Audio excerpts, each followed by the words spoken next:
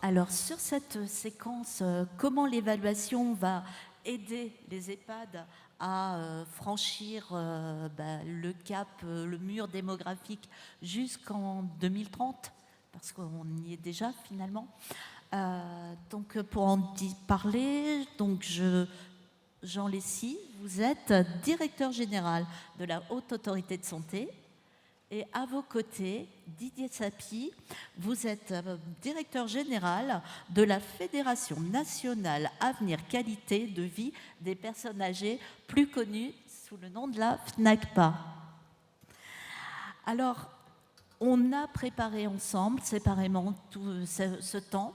L'idée, c'est pas de faire le procès du référentiel d'évaluation de la HAS, mais plutôt mieux comprendre comment on peut encourager les établissements à entrer dans une démarche qualité. Ça, c'est ce que vous faites, Monsieur Sapie, avec la Fédération depuis des années. Oui, bonjour à tous, c'est encore moi. Oui, ça fait des années, effectivement, oui, ça fait depuis toujours. Nous, on travaille avec nos adhérents sur l'évolution qualitative des établissements et des services, des établissements en particulier. Le tout premier référentiel de certification dans le secteur avait été fait par deux organisations, dont la FNACPA, et avait été fait à l'initiative de Luc Broussy et moi-même. Donc il y a longtemps, c'était dans une autre vie, hein, Luc, mais c'était déjà le cas dans les années 90. On avait bien précédé même les démarches qu'avaient eues les pouvoirs publics au tournant des années 2000. Donc oui, ça fait très longtemps qu'on travaille là-dessus. On a travaillé là-dessus avec l'ANESM, ancêtre du dispositif actuel. Et les établissements sont engagés dans ces démarches, là aussi, depuis plus de 20 ans. Les démarches sont dans une démarche d'amélioration continue de la qualité. C'est quelque chose qui n'est pas du tout étranger. Le référentiel de l'HAS est plus récent. On va en parler.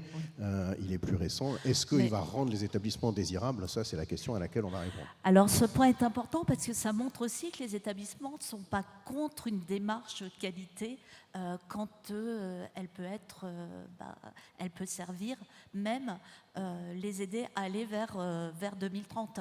Et cette démarche... Mais juste sur ce que vous venez de dire là, les établissements, c'est leur vocation, c'est leur souhait, c'est leur mission, et c'est ce qu'ils veulent faire. Les professionnels, c'est ce dont ils rêvent, de faire un travail de qualité. C'est justement ce vers quoi ils veulent tendre. Si demain, tous les établissements et tous les professionnels avaient le sentiment de faire un travail de qualité, on n'aurait plus de problème de ressources humaines dans les établissements. Et je trouvais intéressant de poser déjà la problématique pour dire, eh bien, il y a un outil, le nouveau référentiel de la HAS, qui peut aider à aller jusqu'à cette démarche en 2030. Vous avez ce sentiment-là aussi, que c'est un outil de modernité? Déjà, merci beaucoup pour l'invitation et pour la notion de référentiel désirable. Nous, d'ailleurs, je rebondis sur le terrain. Ce qu'on constate, c'est qu'il est désiré. C'est-à-dire que les retours, globalement, sont très positifs, de professionnels qui trouvent un moyen de faire un pas de côté, de se poser des questions qui, des fois, n'ont pas le temps de se poser. Et on sait qu'il y a des ajustements à faire, on y reviendra, mais il est vraiment bien accueilli sur le terrain. Alors peut-être, pour se projeter en 2030, en quoi c'est un outil de projection? Moi, je crois qu'il y a 3 éléments de réponse. Le premier, c'est qu'on a un référentiel, ça a pu lui être reproché. Je crois profondément que c'est un atout, et c'est, je crois, désormais bien reconnu. Il est commun. Il est commun à tous les établissements et services sociaux et médico-sociaux.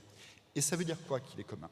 C'est-à-dire, bien sûr, qu'il faut le décliner, adapter le questionnement évaluatif, on y reviendra à chaque établissement et à chaque structure spécifiquement. Mais ça veut dire qu'on revient aux fondamentaux de ce qu'est un accompagnement de qualité, à la personnalisation des accompagnements, à l'autodétermination. Et par rapport à toutes les transformations qui nous attendent, on a un référentiel qui, dans sa philosophie, est tout terrain. Donc, bien appliqué, bien décliné, il est adapté à l'EHPAD de 2025, il sera adapté à l'EHPAD de 2030, à tous les enjeux de transformation de l'offre qu'on a et qu'a décrit Yann Bubien tout à l'heure. Il y a un deuxième élément peut-être aussi, c'est quoi la clé d'entrée dans le référentiel? C'est la personne. L'EHPAD d'aujourd'hui, et plus encore celui de demain, ça doit être l'EHPAD de l'autodétermination de la personne. Comment on évalue? On commence par le point de vue de la personne accompagnée. Et puis ensuite, on va voir les professionnels et en quoi leur pratique, justement, s'adapte à ces besoins des personnes accompagnées. Et là aussi, pour se projeter dans l'avenir, c'est une démarche qui marche en tout temps. Et troisième élément peut-être aussi, C'est quoi l'objectif de ce référentiel? C'est de stimuler, d'accompagner une démarche d'amélioration continue de la qualité. Donc un établissement qui se met dans une démarche continue d'amélioration, il fera face à tout, parce qu'il se posera toujours les bonnes questions. Et moi, je rebondis sur ce qui a été dit sur l'architecture ou par Yann Bubien. La notion de qualité, de quoi on parle quand on parle de qualité en EHPAD et dans le social et médico-social? Ce n'est pas la qualité d'autres types de produits, d'autres types de secteurs, ce n'est même pas la qualité du sanitaire. C'est quelque chose qui est beaucoup moins objectivable, quelque chose de très subjectif parce que ça part des besoins de la personne. Et donc, se mettre dans une démarche d'amélioration continue de cette qualité-là, en partant de l'autodétermination de la personne, c'est une manière d'affronter tous les défis. Alors, vous avez dit des choses très intéressantes. Il est adapté, oui, mais vous avez déjà bougé les lignes, si on parle du référentiel. Oui. Alors, le référentiel, ça doit être un objet vivant. Voilà. La démarche d'amélioration continue s'applique évidemment aussi au référentiel et à son application. Donc, en effet, je vais prendre peut-être juste 2-3 exemples d'ajustements qu'on a fait par rapport au retour du terrain. Parce que nous, ce qu'on a souhaité, c'est que le référentiel soit co-construit. Il a été co-construit en 2022-2023 avec vraiment les établissements, les professionnels, mais il faut que son application soit co-construite aussi. On a parfois, cher Didier, des échanges très stimulants dans notre comité de concertation. Continuez à nous stimuler. Alors, premier exemple, on s'est rendu compte assez vite qu'il y avait... normalement, il y a un trépied dans l'évaluation. On regarde les documents, mais surtout, on écoute, on recueille la parole et on observe. Et on s'est aperçu qu'il y avait parfois, dans les évaluations, un déséquilibre et qu'il y avait trop de place donnée aux documents et pas assez à l'observation ou aux entretiens avec les personnes. On a aussi vu, et ça c'est un élément constitutif, que la dimension commerciale de l'évaluation, des fois, elle tirait vers le bas. Elle alignait vers le bas le temps consacré aux visites, on avait des visites de moins de 2 jours, voilà, ou le nombre de ce qu'on appelle accompagnés traceurs, donc de personnes qui sont entendues. On avait dit au minimum 3, c'est devenu, dans certains cas pour certains évaluateurs, toujours 3, même pour des établissements avec plus de 100 ou 200 personnes. Donc on voyait bien que ça n'allait pas. Donc nous, là, on a précisé les choses, je le dis clairement, on a resserré les boulons, en publiant en juillet dernier une adaptation du manuel pour préciser justement que c'est au moins 2 jours et que, évidemment, il faut adapter le nombre de personnes rencontrées à la taille. Il y a un deuxième ajustement qui est important, il était très attendu sur le terrain, là aussi dans le manuel de juillet dernier, c'est de faire des ponts entre le référentiel d'évaluation et les recommandations de bonnes pratiques professionnelles. Donc on a vraiment, ça donne du sens aux professionnels sur le terrain, préciser, attendu par attendu, objectif par objectif, à quelles recommandations de bonnes pratiques on répondait. Et ça aussi, c'était vraiment quelque chose de très attendu sur le terrain. Et peut-être sur un sujet, je crois, qui est cher à Didier Sapie, on renforce la collaboration avec le COFRAC. On va publier dans les prochains jours une convention de partenariat parce que, et ça, mais je laisserai Didier Sapie en parler, la loi, elle a fait le choix d'organismes accrédités par le COFRAC. Pour nous, l'enjeu pour la HAS, et je pense pour tout le secteur, c'est qu'évidemment, la norme d'accréditation, elle soit appliquée en tenant compte des spécificités de ce dont on mesure la qualité. Je l'ai dit tout à l'heure. Oui. La qualité des accompagnements pour les personnes dont nous parlons, c'est évidemment pas comme la qualité d'un produit technique. Juste une petite précision, ce renforcement avec le COFRAC, c'est quoi en fait? Vous leur donnez plus de missions ou ils restent juste accréditeurs des organismes? Ils restent accréditeurs, mais l'accréditation pour la qualité dans le social et médico-social, ça ne peut pas être l'accréditation ailleurs. Donc nous, concrètement, qu'est-ce qu'on fait? On parle aux évaluateurs techniques du COFRAC, comme ça, lorsqu'ils vont aller faire leur mission d'accréditation, de suivi des organismes d'évaluation, ils connaîtront les spécificités, ils auront en tête les spécificités de ce dont on parle. On parle aussi, évidemment, avec le COFRAC pour le suivi des organismes d'évaluation. Ce qu'on a vu au départ, il y avait une très forte hétérogénéité de pratiques. Bon, elle reste présente. Et l'objectif quand même, pour des raisons d'égalité aussi sur tout le territoire, c'est que l'EHPAD évalué dans la région de Yann Bubien ou l'EHPAD évalué dans une autre région, peut-être moins belle que celle de Yann Bubien, mais soit d'aussi bonne qualité, bien entendu. Donc tout ça, c'est un travail fait avec le COFRAC pour précisément garantir l'égalité de traitement.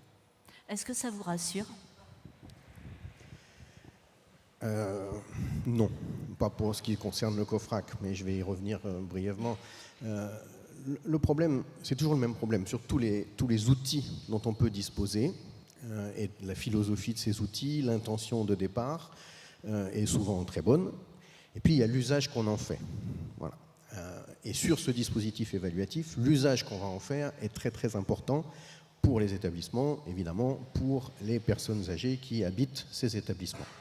De ce point de vue-là, d'ailleurs, que vont faire les ARS, ce que pourra nous en dire M. Bubien de ce dispositif, comment l'usage que vont en faire les ARS, les autorités d'une manière générale, les départements également, c'est quelque chose qui nous interroge et l'avenir nous le dira, mais c'est quelque chose qui m'intéresse pour ce qui est du propos de M. Bubien. Sur le référentiel, enfin sur tout ce qu'a dit M. Lessy et sur le COFRAC et sur le référentiel. Les EHPAD sont en avance sur les autres secteurs, puisque, comme on le disait au début, ça fait des années que les établissements travaillent sur ces sujets-là. 2, ils sont souvent, et de plus en plus, et depuis quelques années, depuis début 2022, je ne sais pas si vous voyez à peu près, la cible d'un certain nombre de critiques et d'une forme de démagogie politique qui, parfois, va amener à dévier de l'intention de départ de certains outils. Ça peut être le cas sur le référentiel. Nous, quand on avait fait un référentiel au départ, puis après on nous avait dit non, il ne faut pas faire de référentiel, l'évaluation médico-sociale, ça ne peut pas être un référentiel. Donc on nous a fait mettre à la poubelle notre référentiel. Et bon, d'accord. Et puis effectivement, il y avait un lien très fort avec les recommandations de bonne pratique dans le processus évaluatif avant. Le référentiel de l'HAS, là, le problème, c'est la doctrine des pouvoirs publics. C'est la doctrine de l'État. On a un petit peu du mal avec la doctrine de l'État parce qu'un coup, il faut un référentiel, un coup, il ne faut pas de référentiel, puis finalement, il faut un référentiel de l'HAS. Bon, maintenant, il y a le référentiel. Le référentiel a pris beaucoup de place au début et on a eu tendance un petit peu à oublier les références de bonne pratique. Et refaire ce lien-là, ça me paraît quelque chose d'extrêmement important parce que justement, ces référentiels de bonne pratique sont un peu plus ignorés qu'avant au niveau du terrain. On avait peur sur l'arrivée de l'HAS, on le dit, il le sait, on leur a dit, on avait peur de l'HAS. Oui. Mais au fil du temps, alors ça c'est le passé, moi j'ai envie de regarder l'avenir. L'avenir c'est en fait, hier, ce matin, les cotations 12 000... Oui, mais j'y viens. Pour répondre à votre question, on avait un petit peu peur de l'HAS parce qu'il y avait le côté très sanitaire, la certification sanitaire, on disait ça ne nous correspond pas, c'est pas ça. Et puis l'HAS a élaboré son référentiel en concertation effectivement, et on l'a admis, le référentiel de l'HAS, c'est probablement un bon outil pour projeter les établissements dans l'avenir et vers l'horizon 2030 et au-delà, et pour impulser des démarches qualité. Il est effectivement centré sur le résident, l'autodétermination, tout ce qu'a dit Florence, tous ces éléments hyper importants sur la place de la personne, ses aspirations, pas seulement ses besoins. On parle tout le temps de ses besoins, là on parle de ses aspirations individuelles. Pour répondre à ça, le référentiel, c'est un bon outil. Il est ajustable, il y a on peut avoir des petites critiques. Moi, j'ai un petit peu de mal avec la gestion du risque qui prend une place un peu trop importante quelquefois et qui est un peu contradictoire avec cette notion-là. Bon. Mais le référentiel, ça va. L'usage qui en est fait maintenant sur le terrain, c'est encore autre chose. Là aussi, je reste positif pour rassurer M. Lessy. On a beaucoup de retours positifs sur le processus évaluatif, ça s'est bien passé, etc. Mais à un moment donné, il y a le COFRAC qui nous a quand même un petit peu mis le bins. Bon. Et qui s'est senti investi d'une mission qui a un peu transformé la relation qu'avaient les établissements avec les évaluateurs. Nous, on a eu beaucoup de retours récents sur 2025, d'adhérents, d'établissements qui ont eu des témoignages d'organismes évaluateurs disant les 2 premières années, on a fait des rapports un peu trop positifs, on a été un peu trop gentil avec vous, on s'est fait taper sur les doigts par le COFRAC parce qu'on est trop gentil, et là maintenant, on vient pour un petit peu sanctionner. Et là, on est complètement à l'inverse de ce qu'est le processus évaluatif et la démarche, et de ce qu'est l'intention, y compris de l'HAS, je n'en doute pas. Je ne doute pas de l'intention de l'HAS. Donc on a quand même cette difficulté-là aujourd'hui qui fait que, dans certains cas, l'évaluation se transforme en une procédure de contrôle supplémentaire. Et ça, c'est extrêmement désagréable parce que ça casse des dynamiques sur le terrain. Nous, on a des remontées d'adhérents qui nous disent « mais moi, j'ai mes équipes qui sont complètement démotivées après le passage de l'organisme évaluateur, ça m'a foutu en l'air le truc, ça fait des mois qu'on travaille, c'est un processus qui est long, c'est un processus qui est collectif, les équipes, elles ne comprennent plus. » Qu'est-ce que vous répondez en fait à ce constat ? Et est-ce que vous, de votre côté, vous faites le même constat ? Alors, effectivement, pendant le bilan, on a vu que les cotations avaient baissé. Est-ce que vous les avez cotations des ont baissé à cause du COFRAC, pardon, Jean, juste un mot là-dessus. Elles ont baissé à cause du COFRAC. Le COFRAC est intervenu. Moi, je ne le connais pas, le COFRAC. Je ne l'ai jamais vu, je ne sais pas qui c'est. Je ne connais pas. Voilà. À l'origine, ils certifiaient des laboratoires ou des trucs comme ça. Donc Alors, on va peut-être laisser parler monsieur. Non, mais c'est juste pour dire que les cotations ont baissé, c'est pas un hasard. C'est parce qu'à un moment donné, le COFRAC a dit on ne fait plus l'arrondi. Quand vous êtes à 3,82, vous êtes noté 4. Et non, maintenant, c'est 3,82. Et si vous êtes à 3,82 au lieu de 4, vous devez faire un plan d'action. Et donc, la moyenne, évidemment, comme il y avait des arrondis, la moyenne, elle a baissé. Mais ce n'est pas une décision du COFRAC. Comment ? C'est pas une décision du COFRAC. Si, c'est une décision du COFRAC. Si, c'est une décision du COFRAC. D'accord. Monsieur Lessy, on va vous entendre. Hein. Alors, deux choses en réponse. D'abord, mon espoir, c'est que lorsqu'on se réunira aux Assises des EHPAD en 2030 avec Didier Sapie, il y a un certain nombre de, si on est toujours invité bien entendu, il y a un certain nombre de constats qu'on ne fera plus. On sait que dans certains cas, les organismes d'évaluation, en effet, ont pu transformer l'exercice en répétition d'un contrôle, d'une inspection, ce que ça ne doit pas être. Mais d'où justement ce travail, à la fois en ce moment avec le COFRAC, sur le cahier des charges, parce qu'on va revoir le cahier des charges aussi de l'accréditation. La démarche d'évaluation, ça ne doit pas du tout être ça. Ce n'est pas des cases à cocher, c'est avant tout un temps d'entretien avec la personne, d'observation, en effet, vous avez raison, besoin et aspiration, c'est ça l'autodétermination, que d'ailleurs on aurait pu mettre au centre de la fleur, peut-être qu'on a vu tout à l'heure, mais bon, ça se discute. Donc évidemment, l'état d'esprit du dispositif d'évaluation n'est pas du tout celui d'un audit où on coche des cases. Donc, c'est le message que vous... Ça, on est d'accord. Et après, je reviens à la question des décimales, parce que ce n'est pas une décision du COFRAC, c'est concerté. Il y a un impératif, évidemment... C'est concerté avec qui ? Avec nous, bien entendu. On l'a vu ensemble, ça. L'objectif, il y a deux objectifs. Évidemment, c'est de ne pas être dans une logique du tout de sanction. Mais ça interroge moins l'exercice lui-même. Ça l'interroge de temps en temps pour certains évaluateurs. Ça interroge surtout l'usage qui en est fait. Après, par les autorités de tarification et de contrôle. Ça doit être utilisé par tout le monde, en interne dans l'EHPAD, comme par les autorités, comme un levier, et pas du tout, évidemment, pour prendre des décisions qui ont d'autres motivations. Donc déjà, un, il ne faut pas que ce soit punitif, bien entendu. Et deux, quand même, il faut que ce soit une opération de vérité. Les arrondis, dire à quelqu'un « vous êtes parfait » alors que vous êtes très bon, c'est pas pareil. Voilà. Dire à quelqu'un « vous êtes bon » alors qu'en fait vous êtes assez bon, c'est pas les aider. Les équipes, ce qu'elles veulent sur le terrain, ce qu'elles nous remontent et ce qu'on entend, c'est qu'elles veulent justement une opération de vérité sur leur pratique. Pas une opération de vérité qui est une contrainte qui descend, mais évidemment une opération de vérité qui est partagée, construite et qui ensuite donne lieu à un plan d'action. Parce que pour se projeter dans les années qui viennent, ce qu'il va falloir, c'est bien sûr que l'évaluation s'ajuste et s'améliore au vu des retours, ce qu'on a vraiment la préoccupation de faire, et on le fait avec un souci de concertation, mais aussi qu'on pense surtout à l'étape d'après. Évaluer, ce n'est pas une fin en soi, c'est pour qu'on ait un plan d'action. Qu'on ait un plan d'action qui motive en interne, qui montre des changements, qui soit valorisé aussi par les autorités de tarification et de contrôle. C'est ça l'objectif des prochaines années. Quand M. Sapie nous dit les équipes elles sont démotivées, le plan de vérité, tout le monde n'a pas les mêmes cartes.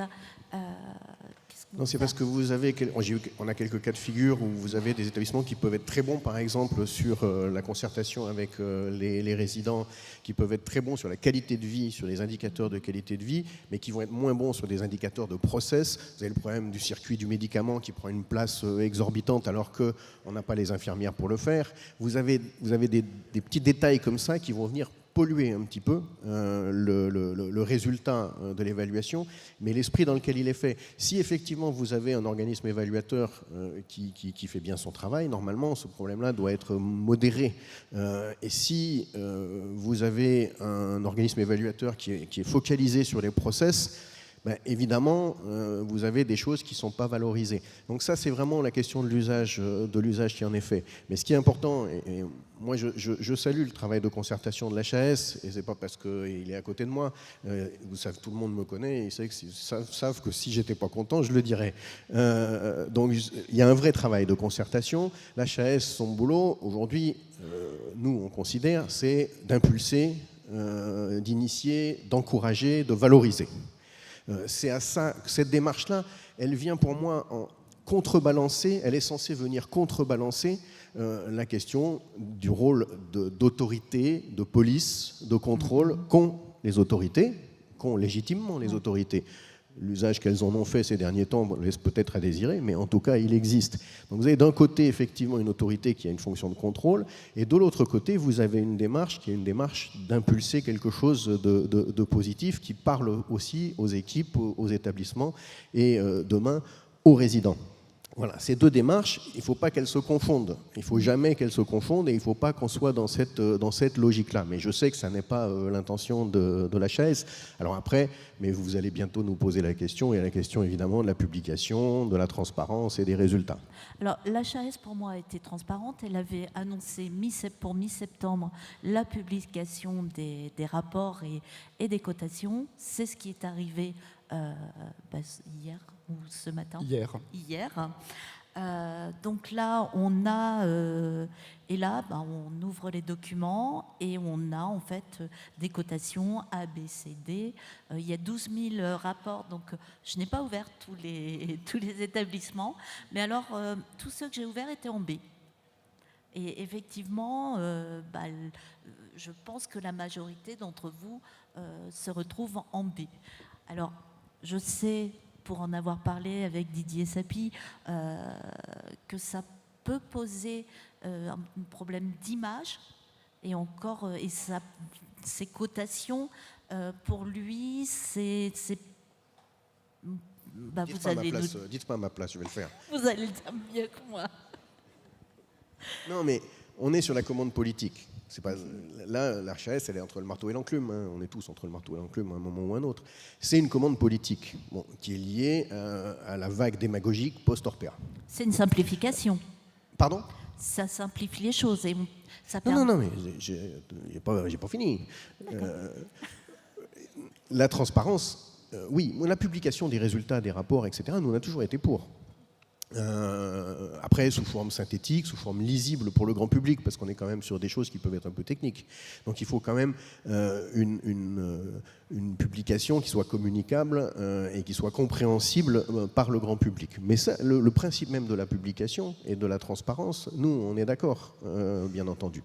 Après, il y a des choix qui ont été faits. Il y a aussi des choses qui se sont améliorées dans les concertations qu'on a pu avoir, parce qu'il y avait des modèles statistiques qui étaient extrêmement défavorables. Au départ, la première simulation que vous nous aviez faite, elle nous avait effectivement posé quelques problèmes et elle avait engagé des discussions nourries entre nous sur le fait que le modèle statistique n'était pas bon. Vous aviez 80% des établissements qui se retrouvaient dans une logique un peu négative. Donc ce modèle-là, il a été rééquilibré. On est à peu près à 50-50 aujourd'hui dans les rapports entre 60-40. C'est encore mieux. 60-40, donc ils sont en AB, 60% en AB et 40% en CD. C'est cette espèce de quali-score, vous savez, comme le Nutri-Score. Comme si les EHPAD c'était des machines à laver ou de la nourriture. D'ailleurs, sur les machines à laver, vous avez un peu plus de lettres, je ne sais pas si vous avez remarqué, c'est un peu plus vague, un peu plus long. Là, on n'a que 4 lettres, effectivement. Mais pour moi, il y a quelque chose, et ça, ce qui est problématique, si vous voulez, c'est qu'on est censé être, comme on l'explique depuis tout à l'heure, dans une démarche d'amélioration continue.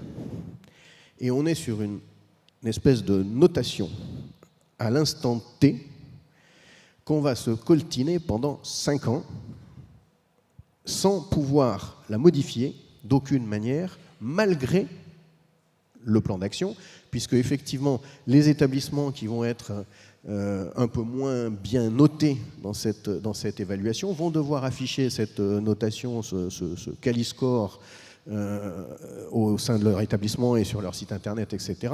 Et vont se le coltiner pendant 5 ans sans pouvoir le modifier. C'est pas c'est contradictoire avec une démarche d'amélioration continue. Monsieur Lessy sera moins catégorique que vous parce qu'en fait, il y a possibilité de remettre en cause cette cotation s'il y a eu une erreur, s'il y a... On peut... voilà. Donc, et finalement, cette cotation, elle ne se veut pas sanction, si je vous ai bien entendu. Alors déjà, merci de terminer sur la publication qui est quand même un grand moment dans l'histoire de la qualité dans le social et dans le médico-social. C'est historique ce qui s'est passé hier avec l'ouverture justement à tous nos concitoyens de ce portail Qualiscope sur le social et médico-social où en effet par établissement on peut voir les résultats. Mais si c'est mal compris et si c'est réducteur, ça peut être sanctionnant encore une fois pour les EHPAD. Alors moi je voulais dire deux choses. D'abord rendre un hommage aux équipes de la HAS qui ont travaillé en effet en concertation et une concertation utile, vous l'avez dit, parce que des choses ont bougé grâce à cette concertation et qui ont permis d'arriver à ce très beau travail de transparence pour nos concitoyens. Donc vraiment merci à elle et à Angélique Khaled qui d'ailleurs, je fais un peu sa publicité, intervient tout à l'heure dans un masterclass où je vous recommande d'aller. Deuxième élément, sur la dimension figée de la cotation. En fait, nous sommes d'accord avec Didier Sapie. Ce sont les textes qui nous disent qu'on a une évaluation une fois tous les 5 ans. Et c'est vrai que si on se limite à ça, un établissement qui sort, alors s'il sort en A, je pense que le caractère figé ne lui posera aucun problème. Alors il n'y en a pas beaucoup. Hein. Il y en a plus de 15%. Si en revanche... Sur 7500, sur 12 000. Sur les 3000, pour l'instant on a évalué 3500 EHPAD sur les 7400 que compte la France. Donc c'est vrai que pris isolément, oui, c'est figé. Et donc si vous sortez en C ou a fortiori en D, ça peut poser une difficulté. D'abord, ce sont les textes actuels et nous on est d'accord pour qu'il y ait une réflexion sur l'évolution des textes, sachant qu'il n'y a pas de solution évidente. Parce que si vous faites une deuxième visite, par exemple, au bout de 18 mois, pour constater que le plan d'action a porté ses fruits et en tirer les conséquences, ben c'est un coût aussi pour l'établissement. La question se posant d'ailleurs dans les EHPAD, différemment des établissements sociaux, où là, la deuxième visite, avec la question du coût, se présente avec encore plus d'acuité. Donc, cette première question. On pourrait imaginer d'ailleurs, si les textes évoluaient, que la deuxième visite soit plus ciblée sur ce qui avait particulièrement péché la première fois. Mais c'est vrai que la note est figée. Donc, ce qu'il faut faire, c'est communiquer. Communiquer sur le plan d'action, communiquer en interne pour mobiliser les professionnels, les personnes, évidemment, au premier chef, leur entourage. Et nous, on le constate, il y a des établissements ou des services qui rebondissent en communiquant autant, voire plus, sur le plan d'action que sur la petite affiche, et d'autres, en effet, qui ne le font pas. Donc il y a des bonnes pratiques à faire d'accompagnement pour valoriser ce qui est fait. Et je crois que Didier Sapie a des idées dont il ne manquera pas de faire part au comité de concertation de la HS. Des idées ?